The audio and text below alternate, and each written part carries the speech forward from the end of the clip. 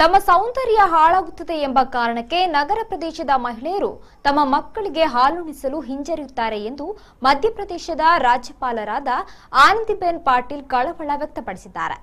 ಇಂದಿಗೂ ಕೂಡ ನಗರ ಪ್ರದೇಶದಲ್ಲಿ ಬಹಳಷ್ಟು ಮಹಿಳೆಯರು ಮಗುವಿಗೆ ಹಾಲುಣಿಸಿದರೆ ಸೌಂದರ್ಯ ಕೆಡುತ್ತದೆ ಎಂದು ನಂಬಿದ್ದಾರೆ. ಇದರಿಂದಾಗಿ ಅವರು ಬಾಟಲ್ ಹಾಲಿನ ಮೊರೆ ಹೋಗುತ್ತಾರೆ ಎಂದಿದ್ದಾರೆ.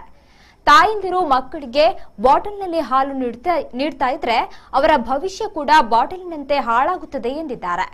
ಬಾಣಂತಿಯರು ಅಂಗನವಾಡಿ ಕೇಂದ್ರದಲ್ಲಿ ಸರ್ಕಾರದ ಸವಲತ್ತು ಪಡೆಯಲು ಸೂಚನೆಯನ್ನ ನೀಡಿದ್ರು. ಅಲ್ಲದೆ ಕೇಂದ್ರ ಪ್ರಧಾನಮಂತ್ರಿ ಉಜ್ವಲ ಯೋಜನೆಯ ಅನುಕೂಲವನ್ನ ಪಡೆದುಕೊಳ್ಳುವಂತೆ ಸಲಹೆ ನೀಡಿದ್ರು.